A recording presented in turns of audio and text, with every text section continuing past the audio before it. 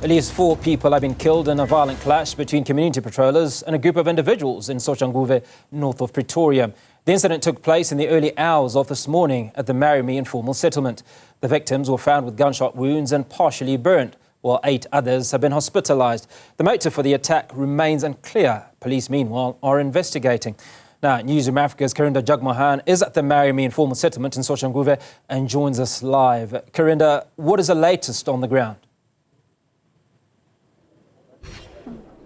Well, at this point, it has been established that the group of men who were safeguarding the community were not formally aligned to the CPF, but were voluntarily coming every night between shifts to safeguard community members, walk them from the road into the informal settlement because there has been an increase of crime. In fact, residents have told us that every night there is a group of suspects who attempt to rob individuals as they walk into the settlement, rob them of their phones, of their belongings, and that is why this group of volunteers began their nightly patrols. Now, among the 4 men who died was a 20-year-old man who passionately served this community. His name was Mpho Koko. I'm joined by his uncle, Mr. Victor Koko.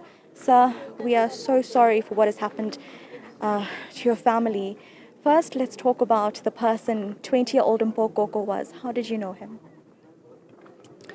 Dumelang, Mpho ene ele motlolo aka ene ele motho o mo right, so we are so disappointed ka age ya tlhokofetseng a le mo ho yona. So nna ke le maloma hae e skutlile botlhoko thata a ke itse re nka reng. Thank you. Mr. Koko, please, we'd like to know about the situation here. Why was it that Mpho came to constantly patrol? Tell us about the crime situation that he spoke to you about. Okay, thanks. Pleke re nna mo ho yona ke mo Soshanguve a se pleke e right, so bo mphone ba te group ile ba patrolla ba safer community. So unfortunately ba itse ile group ne ba le ka mo mora wa rena ka mola o tlhaeletse batho bao ba tla from nowhere ba fitla ba bolaya ba ba fisa ba bangwe ba bolaile ka matlapa. So nna motlolo aka nkare o like because ba mo thuntshitse fela ba bangwe ba bolaileng di injury tsa bona ne di le bete because ne ba bolaya ka matlapa ba bangwe ba fisitse. No, just earlier we were speaking about justice in this case. Just tell me about now what the family wants from police as the investigations begin. Okay, thanks. Ntwe rena re le ba ahi re disappointed thata nna ke sola government ya rena a yetse ho utlwahala la bona cause ona ba nong batho ba tsenella batho ka mo dintlong e ba robetse ha o sa le safe ha ona motho anya ka ngo tsamaya mo strateng ali one. Everything it's very, very bad. So nane kere ntho tsotlhe re di tloella mo maphodisa ke bona ba tshwantse ba bona re na re ba ka re protect bjang mara nna ke sola government ya rena ya re disappoint serious. Thank you for speaking to us, Mr. Koko. Thank you for your time. Okay, thanks. Thank you. Mr. Victor Koko, he is the uncle of 20-year-old Mpho Koko, who was among the 4 men who were killed in the early hours of this morning. The community has expressed similar disappointment right now as well.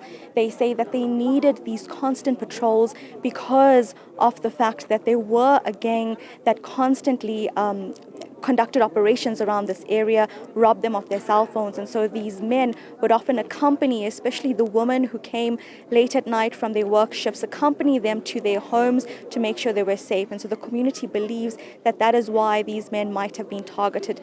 This at this point is what the community is alleging, but police say that they are investigating leads. At this point, it has also been established, like we mentioned earlier, that the men were not formally aligned to the CPF, wherein there is a process when CPF members conduct patrols, they alert the police authorities in the district. In this case, these were men from the community who wanted to make sure that their fellow community members were safe, and so they risked their lives. As you see behind me, the scene has been cleared in terms of the bodies have been removed, taken via a forensic van where further investigation will be conducted. It was quite a scene just about an hour hour ago as forensic experts were turning the bodies to examine the bodies on site before then wrapping the bodies and removing. And then we saw them picking at evidence, essentially. We saw police pick at some planks that were on the ground that had blood stains on them, packing it away. And then you can see just further on right now, the family members also just having an opportunity to identify some of the evidence as well. Police are also now packing up some of the cones that they had placed around the scene, essentially starting to clear up this crime scene, because remember, this happened in the early hours of this morning at about 3 a.m. The police, so it's been quite an operation since, but there's still a number of community members around the area and very keen to actually tell the media about their sense of feeling unsafe generally, speaking about a myriad of issues in this area, crime at the fore of that. There are also the family members. Mpho's mother is here as well, and we heard her and some of the other women as well crying when the bodies of their loved ones were being turned.